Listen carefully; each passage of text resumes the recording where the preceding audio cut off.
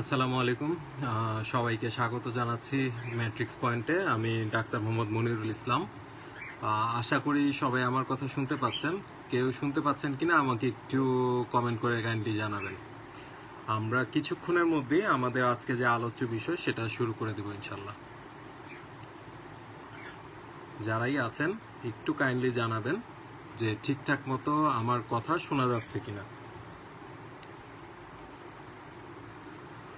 আপনারা সবাই জানেন যে আমাদের ম্যাট্রিক্স পয়েন্ট থেকে রেগুলারলি একটা উদ্যোগ হাতে নেওয়া হয়েছে যে আমাদের রেসিডেন্সির যে টপিকগুলো থাকে সেগুলোর মধ্যে যে টপিকগুলো খুব বেশি ইম্পর্টেন্ট, বারবার ঘুরে ফিরে আসে, আমাদের কনসেপশন ক্লিয়ার রাখতে হয়, সেই টপিকগুলো নিয়ে আমাদের আলোচনা করা হয়। সেটা মাস্টার টপিক। রেসিডেন্সির জন্য প্রতি শনি এবং মঙ্গলবার রাত 10টার সময় আমরা আপনাদের সামনে হাজির হই। আজকেও সেই পরিক্রমায় চলে এসেছি। আজকে আমরা ছোট্ট একটা টপিক নিয়ে আলোচনা করব, ছোট হলেও অনেক ইম্পর্টেন্ট। সেটা হচ্ছে আমাদের sodium imbalance, sodium disorders in blood কি কি হতে পারে। এটার বিষয়ে আমরা জানি যে কম বেশি আমাদের সবারই জানা আছে। আজকে আমরা শুধু একটু রিক্যাপিচুলেট করতে চাবো। যে জিনিসটা আজকে নিয়ে আলোচনা করতে চাচ্ছি মেইনলি সেটা হচ্ছে হাইপোনাট্রিমিয়া এবং হাইপারনাট্রিমিয়া। সো আমরা এখন বেশি দেরি না করে আমাদের যেই মূল টপিক আছে সেই টপিকটাতে আমরা এখন একটু চলে যাওয়ার চেষ্টা করব। দেখুন, আমরা শুরুতেই বলে নিয়েছি যে আমরা কথা বলবো হাইপোনাট্রিমিয়া এবং হাইপারনাট্রিমিয়া নিয়ে। সো সোজা কথা হচ্ছে হাইপোনাট্রিমিয়া মানে হলো অসমোলারিটি, ব্লাডে যে অসমোলারিটি সেটা কমে যাবে। অসমোলারিটি কমে যাওয়া মানে কি? অসমোলারিটি কমে যাওয়ার মানে হচ্ছে রক্তটা পাতলা হয়ে যাবে। তো কি কি কারণে আমাদের শরীরে রক্ত পাতলা হয়ে যেতে পারে? একটা হচ্ছে যে আমাদের যে শরীরে যদি আমাদের সোডিয়াম অনেক বেশি কমে যায় এবং কিছু পরিমাণ ওয়াটার কমে যায়, খেয়াল করবেন যে ওয়াটারের পরিমাণ শরীরে কমেছে ঠিকই, কিন্তু সোডিয়ামের তুলনায় কম কমেছে, মানে ওয়াটার বেশি। সেই হিসেবে কিন্তু আমাদের সোডিয়ামের যেই অসমোলারিটিটা সেটা কমে গিয়ে হাইপোনাট্রিমিয়া হবে। ইউভলিমিক, সেই কথাটা আমরা বলতে যাচ্ছি যে সোডিয়ামের পরিমাণ সমান থাকবে, ওয়াটারের পরিমাণ বেড়ে যাবে। এবং হাইপারভলমিক মানে সোডিয়াম অল্প বাড়বে, ওয়াটার অনেক বেশি বাড়বে। এখন এটা হচ্ছে মূল যে আউটলাইন, সেটা এই বিষয়ে একটু কথা বলে নিই। আমরা যখন হাইপোনাট্রিমিয়া বা হাইপারনাট্রিমিয়া বলবো সেই ক্ষেত্রে তিনটা ভাগে আমরা ভাগ করতে পারি। একটা হচ্ছে হাইপোভলিমিক, ইউভলিমিক এবং হাইপারভলিমিক। তাহলে এই যে ভলিউমের কথা যে বলা হচ্ছে, হাইপারভলিমিক, ইউভলিমিক, হাইপোভলিমিক, এই ভলিউমটা কিসের ভলিউম নিয়ে কথা বলা হচ্ছে? ওয়াটারের? ব্লাডের? না, এই ভলিউমটা হচ্ছে সেই বিশেষ ক্ষেত্রে সোডিয়ামের ভলিউমটা কেমন সেটা। হাইপোভলিউমিক হাইপোনাট্রিয়া মানে হচ্ছে হাইপোভলিউমিক কথাটাই চলে আসছে, মানে হচ্ছে এখানে সোডিয়ামের পরিমাণ কমতে হবে। ওয়াটারের পরিমাণ কি হবে সেটা নিয়ে আমরা পরে চিন্তা করব। ইউভলিউমিক মানে হচ্ছে সোডিয়ামের পরিমাণ মোর অর লেস বডিতে সমান সমান থাকবে, আগে যা ছিল তাই থাকবে। আর হাইপারভলিউমিক মানে সোডিয়ামের পরিমাণ বডিতে বাড়বে, ওয়াটারের পরিমাণ বাড়া বা কমার সাথে হাইপো বা হাইপারনাট্রিমিয়া আমরা সেটা বলবো। যদি আমরা ধরেন এটা আমরা হাইপোনাট্রিমিয়া দেখতে চাচ্ছি, যদি আমরা হাইপারনাট্রিমিয়ার ক্ষেত্রেও চিন্তা করি, দেখুন যখন হাইপোভলিউমিক বলা হচ্ছে সোডিয়াম কিন্তু কমে গেছে, ইউভলিউমিক যখন বলা হচ্ছে সোডিয়ামের পরিমাণ সমান সমান, হাইপারভলিউমিক যখন বলা হচ্ছে তখন সোডিয়াম পরিমাণ বেড়ে গেছে। কিন্তু আমরা জানি যে অসমোলারিটি সবসময়ই যে সলিউট বা সোডিয়াম সেটার উপরে ডিপেন্ড করে না, এটা অনেকটা ওয়াটারের উপরে ডিপেন্ডেন্ট। সো ধরেন আমার শরীরে সোডিয়াম কমে গেল কিছু পরিমাণ, ওয়াটার সেই পরিমাণ কমলো না, রক্তটা পাতলা হয়ে গেল। ঠিক আছে, তাহলে পাওয়া গেল কি সোডিয়াম কমে যাওয়ার কারণে হাইপোভলিউমিক এবং রক্তটা পাতলা হয়ে যাওয়া, অসমোলারিটি কমে যাওয়ার কারণে হাইপোনাট্রিমিয়া। অন্যদিকে চিন্তা,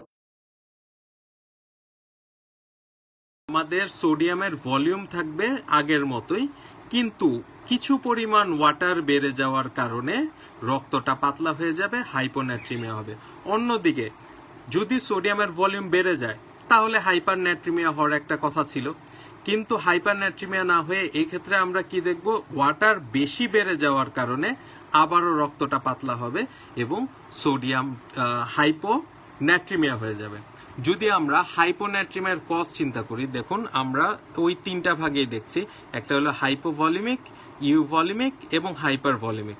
হাইপোভলিমিকের ক্ষেত্রে মনে রাখবেন, যখনই আমরা হাইপোভলিমিকের ক্ষেত্রে সেটা হাইপারন্যাট্রিমিয়া বলবো বা হাইপোন্যাট্রিমিয়া বলবো, সবসময় তিনটা সিস্টেমের কথা খেয়াল রাখবেন। একটা হলো রেনাল সিস্টেম, একটা গ্যাস্ট্রোইন্টেস্টাইনাল সিস্টেম, আর একটা হচ্ছে স্কিন।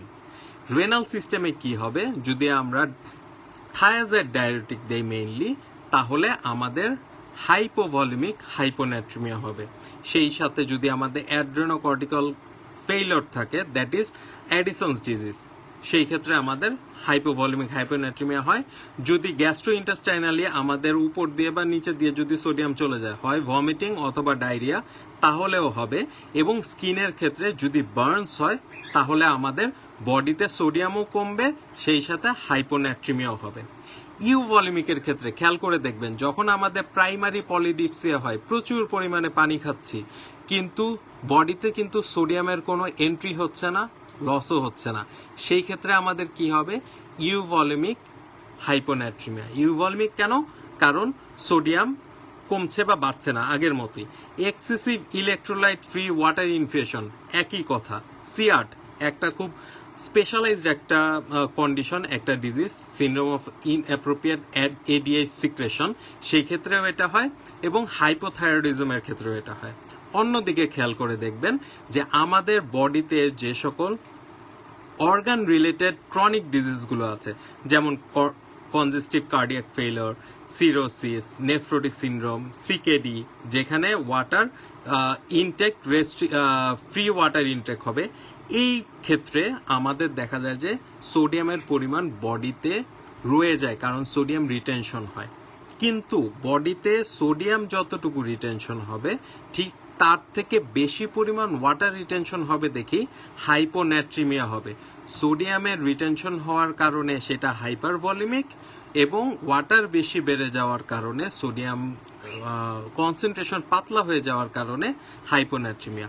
আশা করি এইটুকু বুঝতে পেরেছেন। এবার আমরা চলে যাব হাইপারন্যাট্রিমিয়াতে, যেটা হলো ঠিক তার উল্টোটা। অসমোলারিটি বাড়বে, রক্ত ঘন হবে। এখন একটু আগেই বলেছি, হাইপোভলিমিক যখন বলবো তার মানে হচ্ছে যে আমাদের সোডিয়ামের কন্টেন্ট কম। ইউভলিমিক যখন বলবো সোডিয়ামের কন্টেন্ট আগের মতোই। হাইপারভলিমিক যখন বলবো সোডিয়ামের কন্টেন্ট বাড়বে।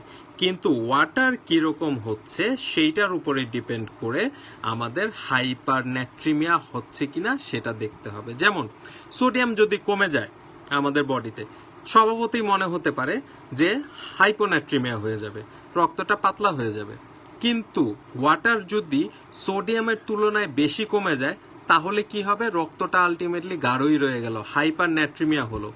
অন্যদিকে চিন্তা করে দেখেন, সোডিয়াম আগের মতোই আছে, ওয়াটার কিছুটা কমে গেল, রক্ত হয়ে গেল ঘন, মানে অসমোলারিটি বেশি, তার মানে হাইপারন্যাট্রিমিয়া।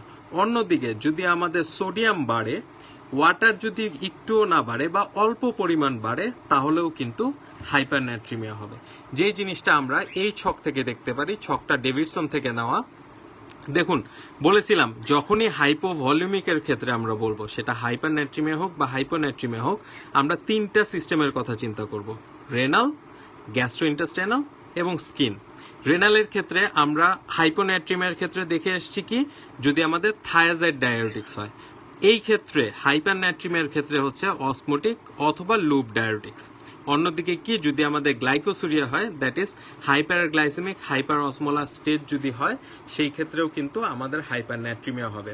গ্যাস্ট্রোইন্টেস্টাইনাল সোডিয়াম লস হাইপোন্যাট্রিমিয়ার ক্ষেত্রে ছিল ডায়রিয়া এবং ভমিটিং। আর কলোনিক ডায়রিয়া যখন থাকবে, খেয়াল করে দেখেন, কলোনিক ডায়রিয়া যখন থাকবে তখন হবে হাইপারন্যাট্রিমিয়া। স্কিনের ক্ষেত্রে আমরা হাইপোন্যাট্রিমিয়া পেয়েছিলাম বার্ন, আর এক্সেসিভ সোয়েটিং যদি হয়, সেই ক্ষেত্রে হাইপারন্যাট্রিমিয়া হবে। আর ইউভলিমিকের ক্ষেত্রে আমাদের যখন central or nephrogenic diabetes insipidus থাকবে, আমাদের বডিতে সোডিয়াম থাকবে আগের মতোই, সোডিয়ামের কন্টেন্টের কোনো চেঞ্জ হবে না, কিন্তু ওয়াটার বেড়ে যাওয়ার কারণে, ওয়াটার কমে যাওয়ার কারণে আমাদের কিন্তু হয়ে যাবে ডায়াবেটিস ইনসিপিটাসের কারণে হাইপারনাট্রিমিয়া। অন্যদিকে হাইপার ভলিউমিকে আমরা কি করতে পারি, ধরেন এন্টেরাল বা পারেন্টেরাল ফিডিং যেখানে হাই কনসেন্ট্রেশনে সোডিয়াম দেওয়া হয়, অথবা ইন্ট্রাভেনাস আর ওরাল সল্ট অ্যাডমিনিস্ট্রেশন করা হয়, অথবা chronic kidney disease during water restriction. এর আগে ছিল ফ্রি ওয়াটার ইনটেক হাইপোনাট্রিমিয়ার সময়, হাইপারনাট্রিমিয়াতে ডিউরিং ওয়াটার রেস্ট্রিকশন। এই কন্ডিশনগুলোতে দেখা যাবে যে আমাদের হাইপারনাট্রিমিয়া হচ্ছে। যদি আমরা এখানে একটু ছক দেখি, দেখুন এখানে কজগুলো একটু বলে দেওয়ার চেষ্টা করা হয়েছে। খেয়াল করলে দেখবেন যে আমাদের হাইপোভলিউমিক হাইপোনাট্রিমিয়া, এক্ষেত্রে কজগুলো আমরা পড়েছিলাম ডায়রিয়া, বার্ন, হেমোরেজ, অ্যাডিসন, এটা আমরা দেখে এসেছি। হাইপোভলিউমিক হাইপারনাট্রিমিয়া যেটা আছে সেখানে হলো সোয়েটিং, ফিভার, অসমোটিক ডায়রিসিস, এগুলো।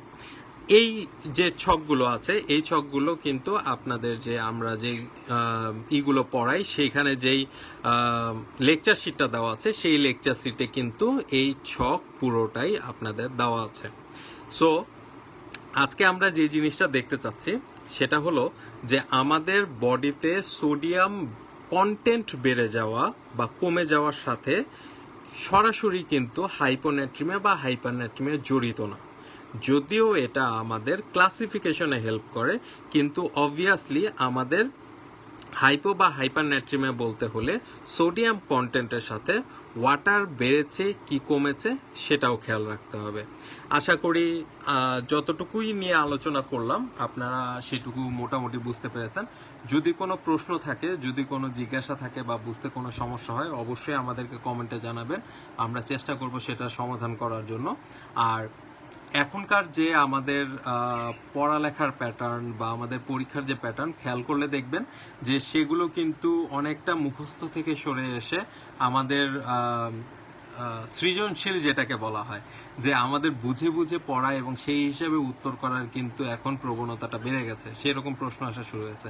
তাই সবাই প্রত্যেকটা জিনিস যাই পড়বেন একটু কনসেপশন ক্লিয়ার করে পড়ার চেষ্টা করবেন। আমরা সেই ক্ষেত্রে হেল্প করার জন্য সবসময় আছি। সবাই এই ব্যাপারগুলো খেয়াল রেখে আশা করি আমাদের সাথে থাকবেন। সবাইকে ধন্যবাদ জানাচ্ছি। সবাই দোয়া করবেন। আসসালামু আলাইকুম।